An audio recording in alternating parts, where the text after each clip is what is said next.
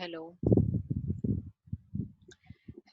hello everyone. This side Poonam Grover from St. Andrews College of Technology and Management, Farooq Nagar program. Today, I'm a faculty member in Electronics and Telecommunication Department. I start with my lecture number 4, which are came under Unit 1 uh, for the subject under Digital Electronics for Electrical 4 semester student. So, today I will cover the various topic, that is digital logical family, and gate with diode transistor logic, and NOR gate with RTL, TTL as an inverter, and also the totem pole arrangement, or you can say total pole arrangement shows your NAND gate. NAND gate using TTL, and that both are the same thing. And one is called a short key, which we can not mention in my today's lecture, but in the later part of the video, we'll explain that thing. And CMOS as an NAND gate, and last topic is your interfacing the TTL with CMOS and CMOS with TTL. So I can clear all of the topic one by one. So be carefully, listen these things.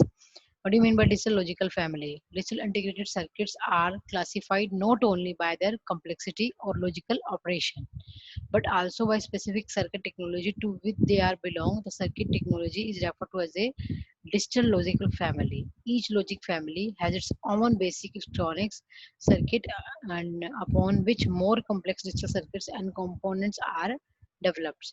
It means, what do you mean by digital logical families? It means you can, in my previous video, you are also covered the basic concept of your gates, how the gate will be work, either AND gate, NAND gate, NOR gate, but the actually implementation done to design any gate, that is with the help of your either diode transistor logic, or you can say diode resistor logic, or you can say transistor logic, or you can say CMOS logic. So according to the designing implementation, which one is used for that particular designing, according to that designing part, we are categorize the number of families which are came under your digital logical families. So here I will discuss the holy solely idea about what do you mean by digital families. Many different logical family of digital integrated circuits have been introduced commercially. So the most commonly used family is called a TTL. So TTL stand for a transistor logic. So in that case, we can design any gate with the help of only TTL, transistor logic, and emitter coupled logic, in which we can show the principle of here emitter coupling. So that's why its name is emitter coupled logic. And the last one is called a metal oxide semiconductor, either PMOS or NMOS. So with the help of PMOS or NMOS, we can also design the various number of gates. And the last one is called a complementary MOS. So with the help of your complementary stand for, that is a combination of your one NMOS and PMOS. So that is called a complementary MOS.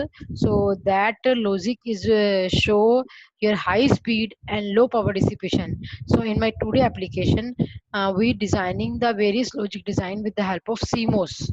So TTL is a logic family that has been in use for 15 years and is considered to be a standard. इनकी आजकल जो TTL है वो extended standardise family है. Maximum जो logic circuits होते हैं हम टीटीएल के थ्रू क्या करते हैं, इम्प्लीमेंट करते हैं.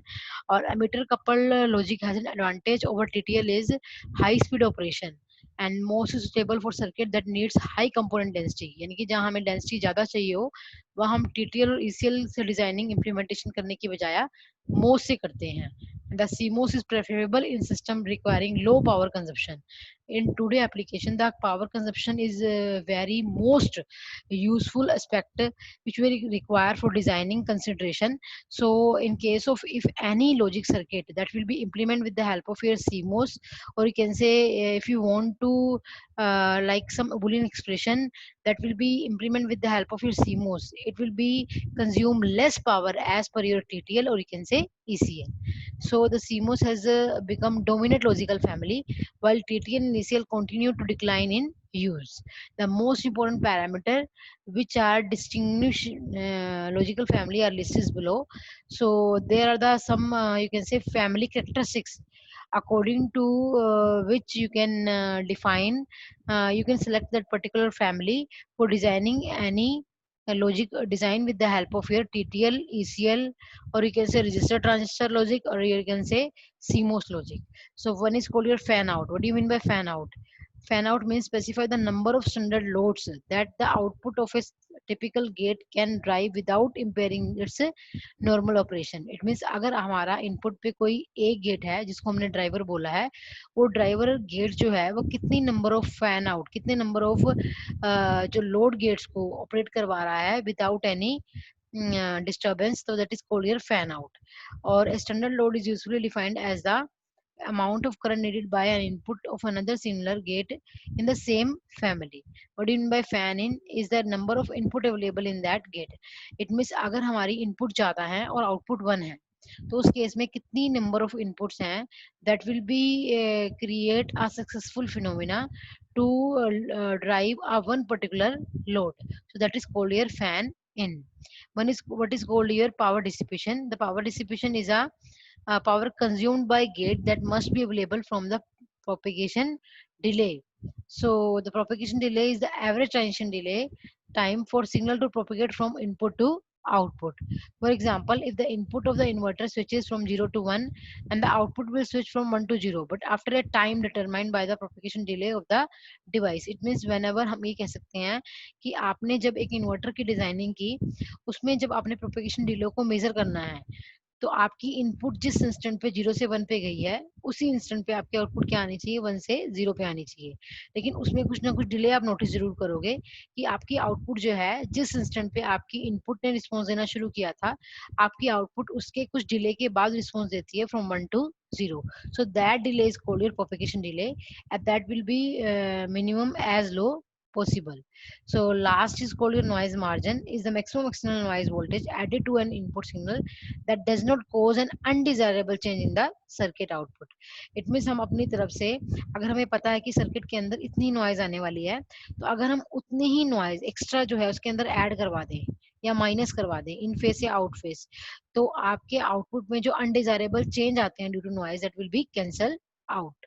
So that is a main parameter according to which we can characterize your number of logical family, either TTL, ECL, MOS and CMOS. So here the first component, that is called your AND gate. So here we can describe one logical family, that is called your diode resistor logic. So in which we can designing the OR gate with the help of your diodes. So here we use a simple circuit for designing your AND gate with the help of diode and resistor. So हम यहाँ मान लेते हैं कि suppose करो कि हमारा diode का मेन खासियत क्या है कि जब हम इसकी इनपुट पे +5 वोल्ट देंगे तो ये 4 बाइस होगा, लेकिन अगर 0 देते हैं तो ये क्या होता है, रिवर्स बाइस होता है। तो अगर आपने डायोड की इनपुट पे 0 0 दिया, तो as per your 0 0 input the diode will be reverse bias. तो रिवर्स बाइस में ये क्या हो जाएगा, सर्किट ओपन हो जाएगा। ओपन है तो ये काम नहीं करेगा, तो हमें यहाँ पे कोई भी आउटपुट एग्जिस्ट नहीं करेगी। Clear? It means output will be 0 as in case of your OR gate. But in case of your, अगर आपने एक की इनपुट पे 0 अप्लाई किया और दूसरी पे 1 अप्लाई किया, तो 0 वाला तो आपका ओपन सर्किट की तरह बिहेव करेगा एज ए रिवर्स बाइस, और जो 1 वाला है वो शॉर्ट सर्किट की तरह बिहेव करेगा। तो शॉर्ट सर्किट से आपकी इनपुट जो है वो आउटपुट पे यहाँ ट्रांसफर हो जाएगी। ठीक है, और जैसे ही आपकी इनपुट आउटपुट पे ट्रांसफर हुई, वो R1 की क्रॉस क्या हो जाएगी, आपकी ड्रॉप हो जाएगी।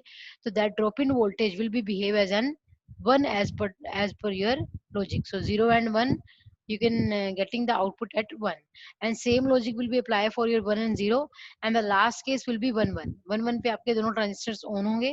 ऑन होने की वजह से that particular current will be passed through your load, and after you can apply a load with a high value. So here we can getting a voltage drop, so that voltage drop will be measured as, show your Z will be behave as an 1. So that is a simple notification of your AND gate. You can design the AND gate with the help of your diode and resistor. So with the help of your diode and resistor, we can implement only OR and AND function, cannot perform your NOT function, because diode logic is used extensively but not in integrated circuit. यानी कि वैसे तो इस जो simple circuitry के कारण इसको हम बहुत ज़्यादा यूज करते हैं, लेकिन इंटीग्रेटेड सर्किट्स की इम्प्लीमेंटेशन में हम इसे यूज नहीं कर सकते। ठीक है। नेक्स्ट है आपका nor gate using RTL, that is other family, that is called register transistor logic. It means अब आपने रजिस्टर ट्रांजिस्टर लॉजिकल फैमिली के थ्रू क्या बनाना है, नोर गेट बनाना है। इट मींस जो जो भी गेट्स हैं उन गेट्स की डिजाइनिंग, चाहे आप डायोड से बना रहे हैं, चाहे आप ट्रांजिस्टर से बना रहे हैं, चाहे आप किसी सीमो से बना रहे हैं, तो जिससे उसकी इम्प्लीमेंटेशन हुई है उसके according that family should be categorized, so we can came with your register transistor logic.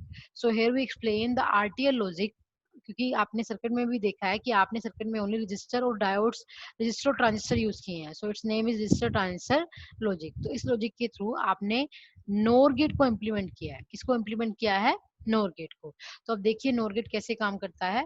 As per your the table of nor gate, if you are giving the input side with 0 0, you can getting the output will 1 and the reverse will be so on. ठीक है। तो उसने क्या किया है, अगर आप इसके इनपुट पे 0 0 अप्लाई करते हैं, क्या अप्लाई करते हैं, 0 0 0 0 अप्लाई करने पर आपके दोनों ट्रांजिस्टर्स क्या होते हैं, ऑफ होते हैं। तो ये जो VCC है वो लोड के क्रॉस आपकी जेड के अकॉर्डिंग क्या हो जाएगी, ड्रॉप डाउन हो जाएगी। तो that will be show your logic 1। Clear. So ठीक है। उसके बाद क्या है कि अगर आप इनमें से किसी भी, दोनों में से किसी एक को 1 करते हैं या 0 करते हैं, या इसको 0 या इसको 1 करते हैं, तो जो 1 होगा, जो आपका लॉजिक क्या होगा, आपका 1 होगा। सपोज करो कि Q1 आपका X क्या है, 0 है, तो ये आपका क्या होगा, Q1 ऑफ होगा, Q2 ऑन होगा। Q2 ऑन होने की वजह से ये एक शॉर्ट सर्किट की तरह काम करेगा। तो यहाँ से जो सप्लाई है voltage, that will be drop down to 0 from that path.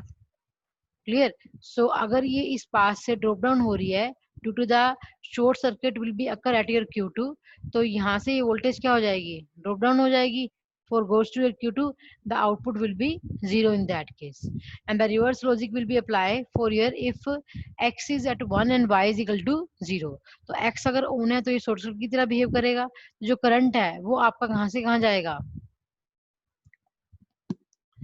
आपका VCC से Q1 पे होता हुआ ग्राउंड पे चला जाएगा। तो ये भी आउटपुट पे कोई ड्रॉप नहीं शो करेगा, तो आउटपुट विल बी 0।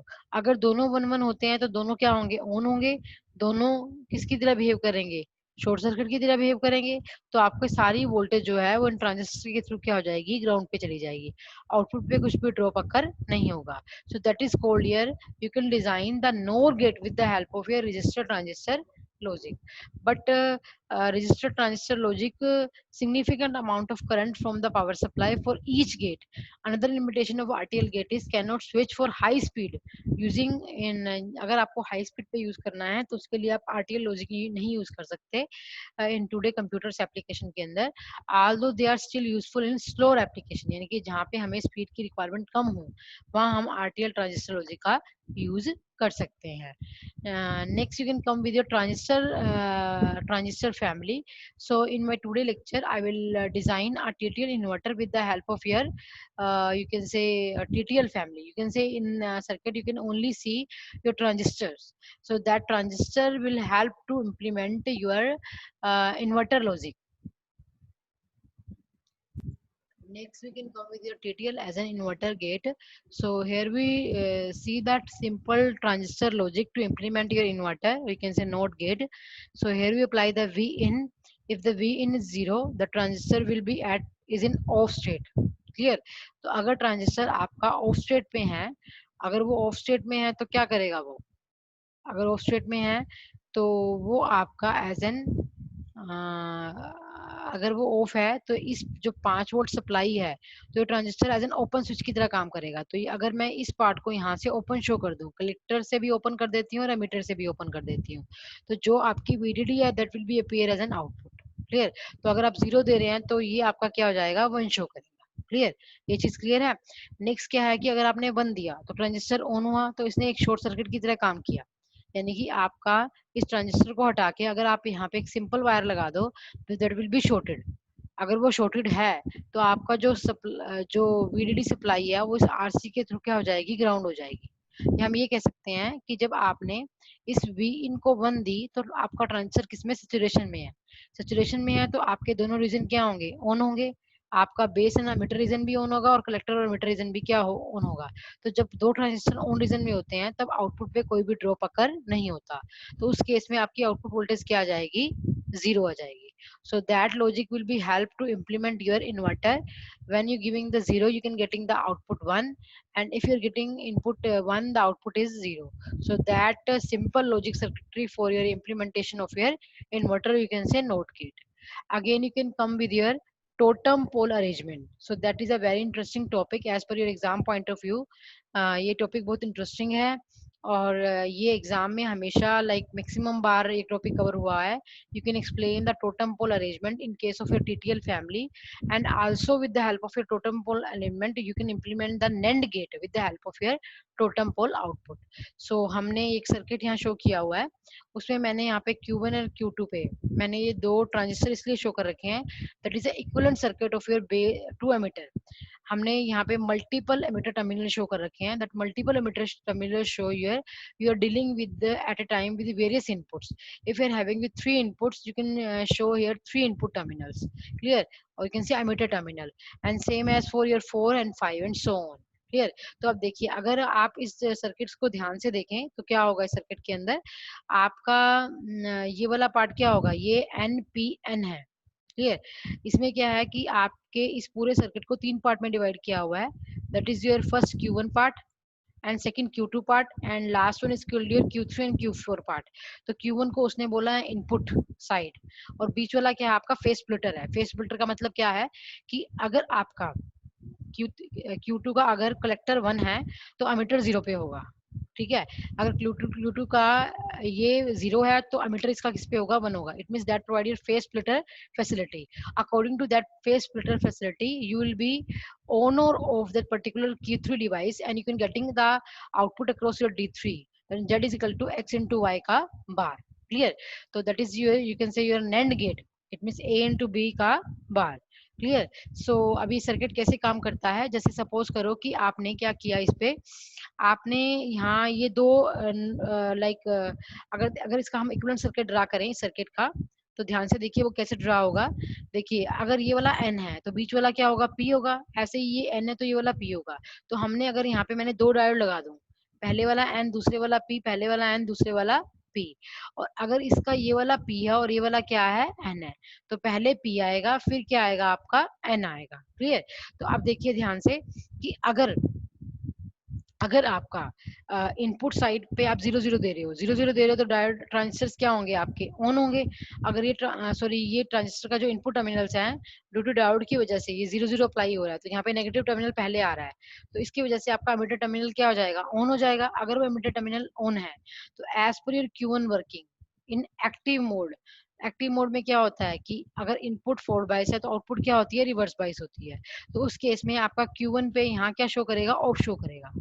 और अगर Q1 का आपका कलेक्टर और मीटर क्या है, ऑफ है, तो वो Q2 को क्या करवाएगा, ऑफ करवाएगा. ठीक है.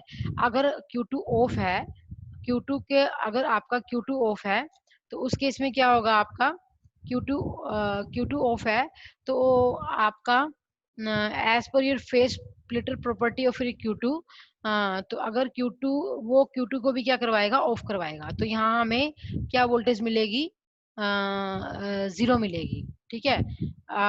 Q2 के कलेक्टर पे हमें क्या मिलेगी, 0 मिलेगी. अगर Q2 के कलेक्टर पे हमें 0 मिल रही है तो यहाँ उसका अपोजिट क्या हो जाएगा, 1 हो जाएगा.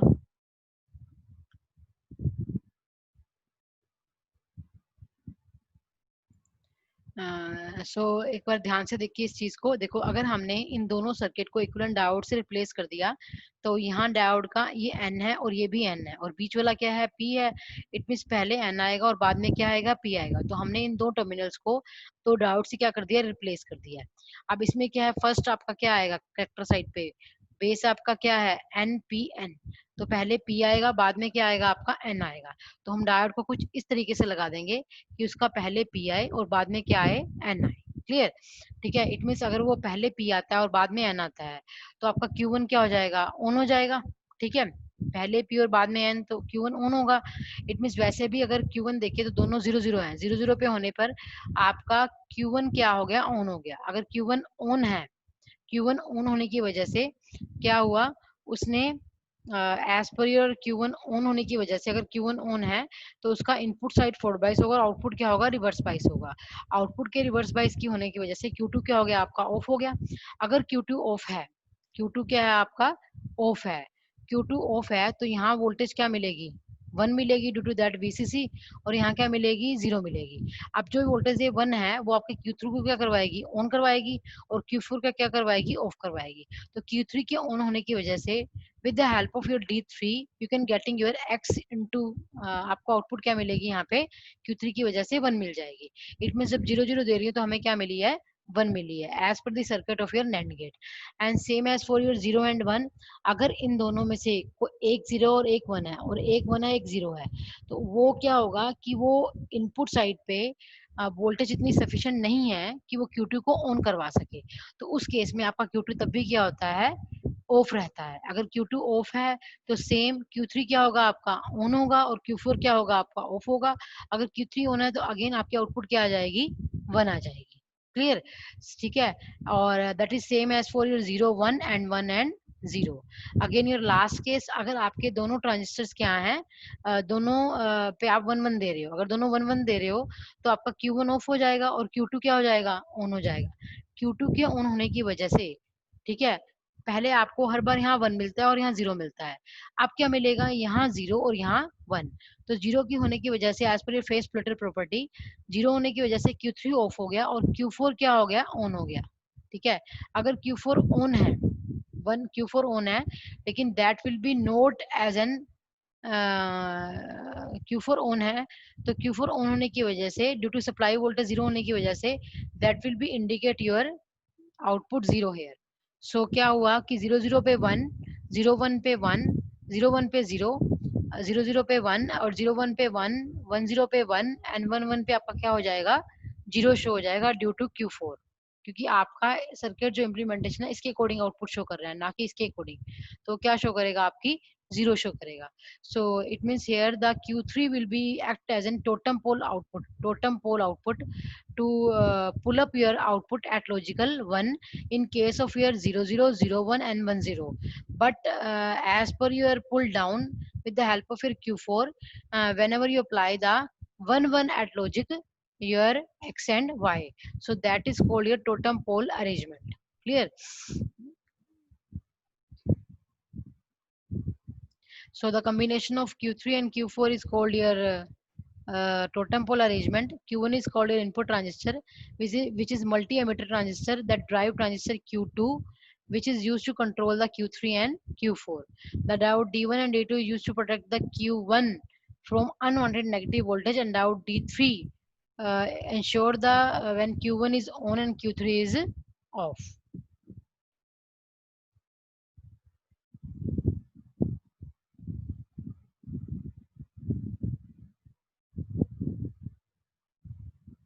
यहाँ पे उसने ये बोला कि अगर हमें यहाँ पे आउटपुट चाहिए होती तो हम ओनली यहाँ पे RC यूज करते, लेकिन यहाँ पे हमने क्या यूज किया है, एक Q3 यूज किया in place of your RC, so that Q3 will be act as an totem pole arrangement.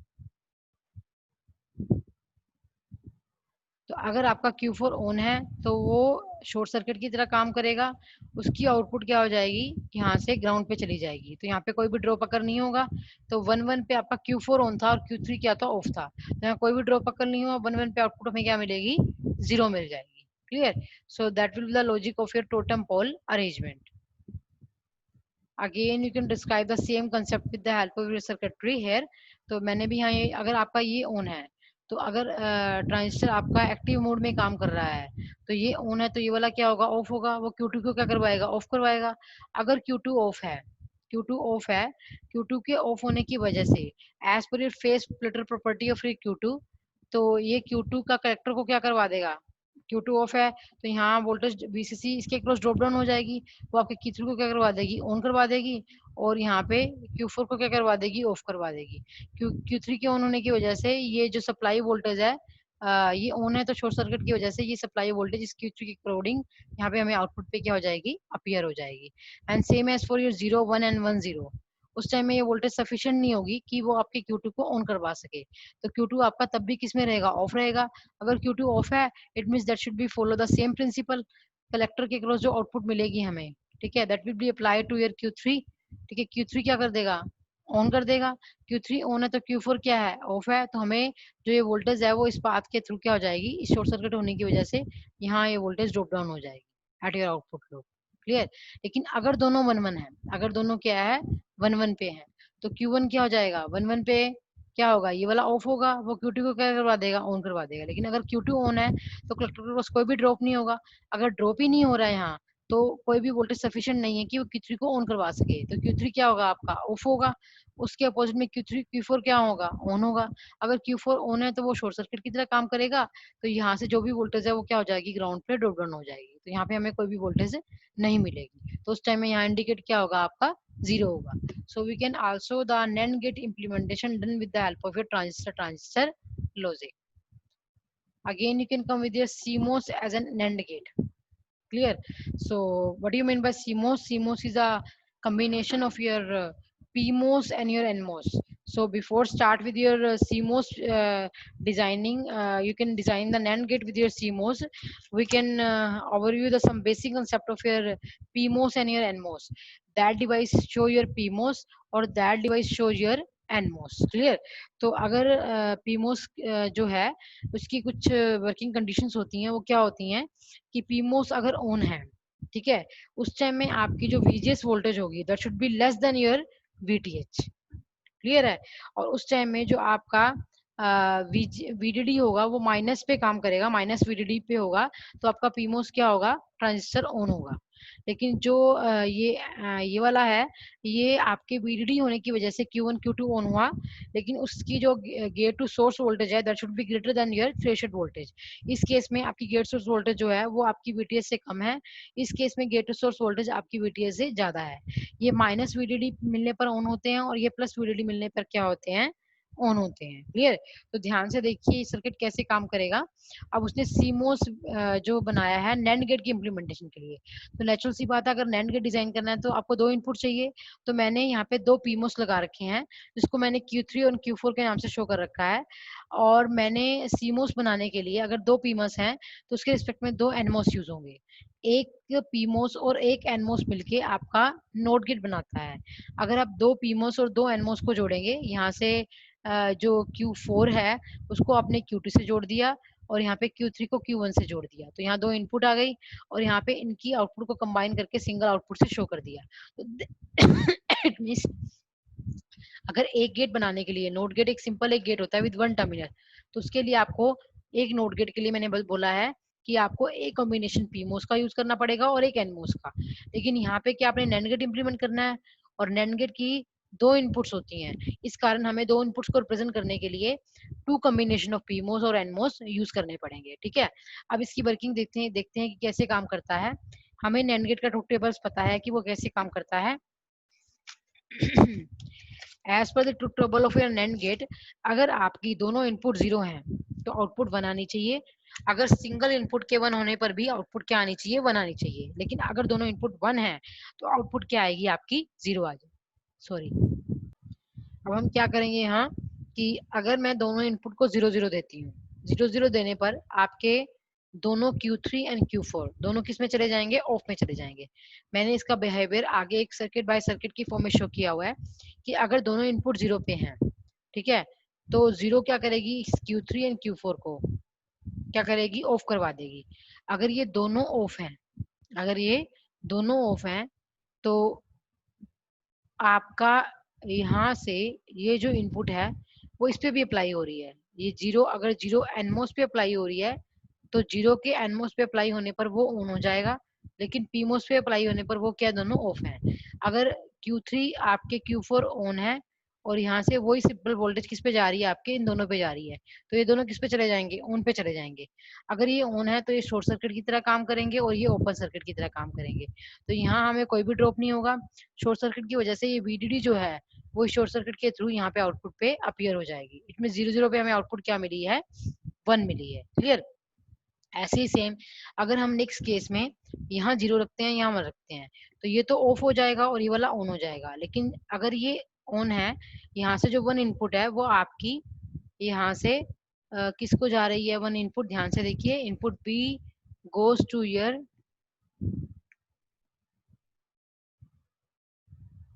1। ये फिगर थोड़ा सा मिसमैच हुआ है, ये 1 है ये 0 है, तो उसने उल्टा लिखा हुआ है। क्लियर। तो अगर ये 0 है ये 1 है, इसके 1 होने की वजह से ये आपका जहाँ जीरो जाएगा, जीरो जाने की, जो जीरो है वो तो ऑन हो जाएगा, क्लियर, और जो वन है वो क्या हो जाएगा, आपका ऑफ हो जाएगा एज पर योर पीमोस और एनमोस फैसिलिटी, क्योंकि एन जो है नेगेटिव पे काम करता है, तो अगर हम नेगेटिव देंगे तो वो ऑन हो जाएगा, ठीक है, और अगर हम पॉजिटिव देंगे तो वो क्या हो जाएगा, ऑफ हो जाएगा। तो इसमें भी एक ट्रांजिस्टर ऑन होगा और एक क्या होगा, ऑफ होगा। तो अगर जो ऑन है वो शॉर्ट सर्किट की तरह काम करेगा और जो ऑफ है वो ओपन सर्किट की तरह काम करेगा। इसके शॉर्ट होने की वजह से ये वीडीडी जो है इस पाथ के थ्रू यहाँ क्या मिल जाएगी, वन मिल जाएगी। इसमें 0 1 पे भी हमें क्या मिला, वन मिला। सेम एज फॉर योर 1 0, 1 0 पे भी क्या होगा, जो वन वाला पार्ट है वो क्या हो जाएगा, ऑफ हो जाएगा, लेकिन जीरो वाला पार्ट क्या हो जाएगा, ऑन हो जाएगा। ठीक है जी, तो ये क्या हो जाएगा आपका शॉर्ट सर्किट और ये वाला ओपन सर्किट। तो इस शॉर्ट सर्किट होने की वजह से ये जो वोल्टेज है यहाँ पे क्या हो जाएगी, आउटपुट पे अपीयर हो जाएगी, clear. And the last case is called your 1 1। अगर ये दोनों ऑन है तो ये दोनों क्या होंगे, ऑफ होंगे, क्लियर है। अगर ये दोनों ऑफ हैं तो यहाँ से दोनों ओपन हो जाएंगे, इस वीडीडी को कोई पाथ ही नहीं मिला क्योंकि सर्किट क्या हो गया, यहाँ से दोनों तरफ से ओपन हो गया, तो आउटपुट हमें क्या मिलेगी, यहाँ पे जीरो मिलेगी। तो हमने क्या किया, सीमोस के हेल्प से, ठीक है, हमने एक नैंड गेट इम्प्लीमेंटेशन शो की है। So that topic is very interesting for you. तो कई बार ये सिंपल क्वेश्चन आ जाता है कि what do you mean by CMOS, तो उसमें आपने सीमोस को ओनली नोट गेट के लॉजिक से क्लियर करना है, ठीक है। और आपको ये भी आ सकता है, you can write the CMOS as an inverter. मैं कोशिश करूंगी कि आपको सीमोस बेस्ड और भी गेट डिजाइन करके दिखाऊं। आज की वीडियो में मैंने ओनली वन पार्ट ही शेयर किया है आपके साथ। Next we come with your TTL and CMOS disadvantage and disadvantage.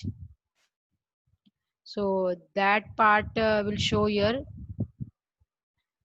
TTL technology can be duplicated in CMOS. Why do TTL and CMOS have their own unique advantage?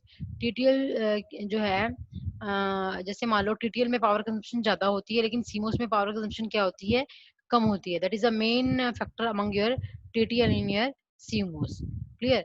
और again you can write the various you can say read that various advantage and disadvantage from that part also. You can read itself.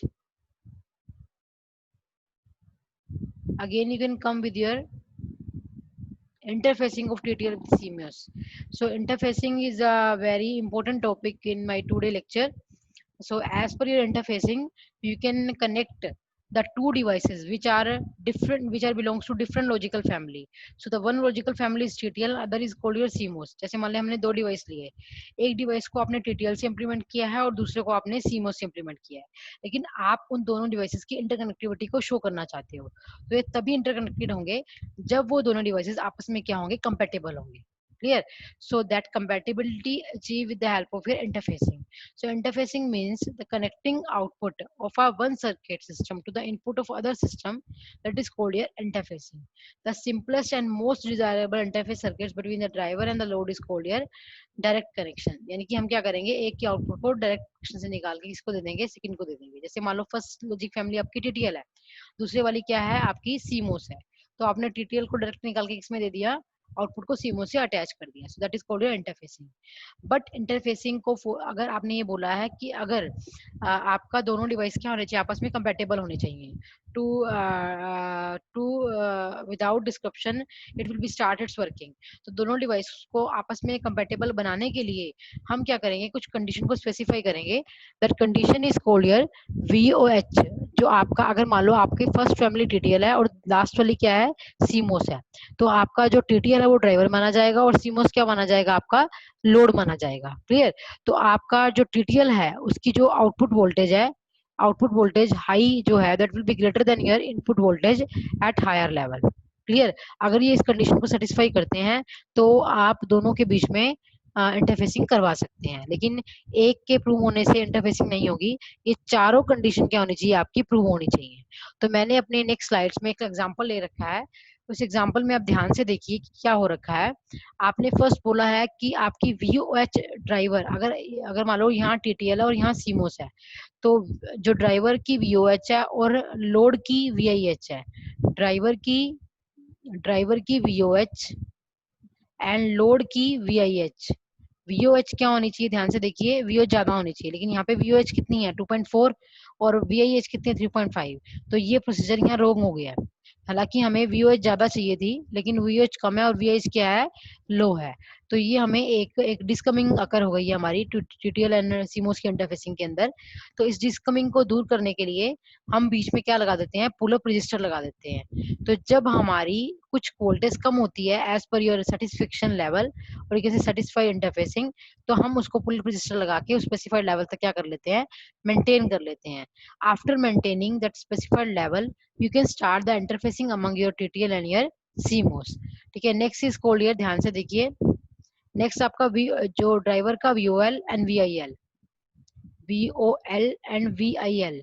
वीओएल driver का वीओएल, driver का वीओएल किस पे है, 0.4 पे, और इसका वीआईएल कितने पे है, 1.5 पे। अब ये देखिए वीओएल कम होना चाहिए, देखिए वीओएल कम होना चाहिए और ऑलरेडी वो क्या है, वो कम ही है। तो that condition will be met here. So like as per your figure आपकी तीनों कंडीशन मैच हो रही थी, लेकिन ओनली फर्स्ट कंडीशन मैच नहीं होगी। तो अगर फर्स्ट कंडीशन मैच नहीं हो रही है, it means you are not interfacing done in your TTL with your CMOS. So before starting with your interfacing, one of the main basic terminal which we can add it here, that is called a pull-up register. So with the help of pull-up register, the first quality, first यानी कि satisfactory will be come with the help of your that. Again you can come with your CMOS to TTL interface. अब आपकी first logic family CMOS है और next वाली क्या है, TTL है।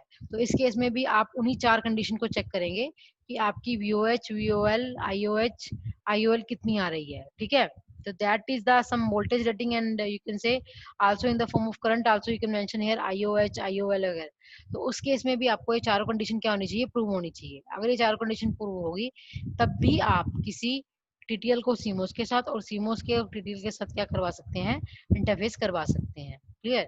सो that is very interesting topic in today lecture. तो कई बार इन वोल्टेज के ऊपर भी क्वेश्चन आ जाता है कि what do you mean by VOH, that is the maximum voltage which will can appear at the output of your driver without any damage. Clear, that is the maximum value of the input voltage to drive the load. So that is called here input voltage at high. Clear. So इस आपको मैंने पिछले video में characteristics of logical family के बारे में बताया था। अगर मुझे टाइम मिलता है तो मैं आपको आने वाली वीडियोस में, एक या दो वीडियोस में इसके बारे में डिटेल से ड्राइव करूंगी, what do you mean by VOH, VOL, IOH and ION. So here we can discuss the various topic. Then I will overview my total video. In my video I will cover the various topic, that is digital logical family. I can also told about which one is best, either CMOS or TTL, and why. You can design the AND gate with the help of diode transistor logic, but one discoming is occur, that diode transistor logic we can say not show your appropriate property. So that will be came under your power dissipation facility. So that will be overcame with the help of your CMOS arrangement. Also you can drive the TTL inverter gate. Totem pole arrangement आपने देखा है, आपने उस totem pole में आपने NAND gate को TTL के through design किया है। इस टॉपिक को एक बार मैंने यहाँ कवर नहीं कर पाई, तो I think I will cover in my next part of the video. ठीक है, नेक्स्ट आपने सीमोस को के थ्रू आपने नैंड गेट डिजाइन किया है। In the last you can cover your interfacing of your TTL and CMOS. So before start with your interfacing you can satisfy with your four condition that will be mentioned in my slide.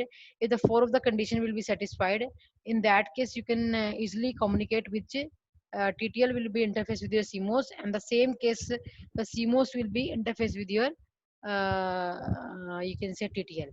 So अगर यहाँ पे हमें जब हमने interfacing की है, तो अगर आपकी जो कंडीशन सेटिस्फाइड नहीं हुई है, जब आपने टीटीएल को सीमोस के साथ इंटरफेस किया है, तो जिस कंडीशन आपकी first condition I think specify नहीं हुई थी, तो जो कंडीशन आपकी सेटिस्फाई नहीं हुई है उसको सेटिस्फाई करने के लिए हम इसके अंदर पुल अप रजिस्टर लगा देते हैं। तो अगर वोल्टेज वो कम या ज्यादा रहती है, उसके अकॉर्डिंगली आपको पुल अप और पुल डाउन की फैसिलिटी प्रोवाइड करती है। क्लियर। नेक्स्ट क्या है आपका, अगर आपने सीमोस को टीटीएल के साथ इंटरफेस किया, अगर उस केस में भी अगर आपकी चारों कंडीशन में आपकी कोई भी कंडीशन सेटिस्फाई नहीं होती है, तो इस केस में हम बफर यूज करते हैं। उस केस में हमने पुल अप रजिस्टर यूज किए हैं और इस केस में हम क्या यूज करते हैं, बफर यूज करते हैं। So that is a one major phenomena which you can use for satisfy your above four condition which we can mention in my slides. So thank you for listening my video. Thank you very much.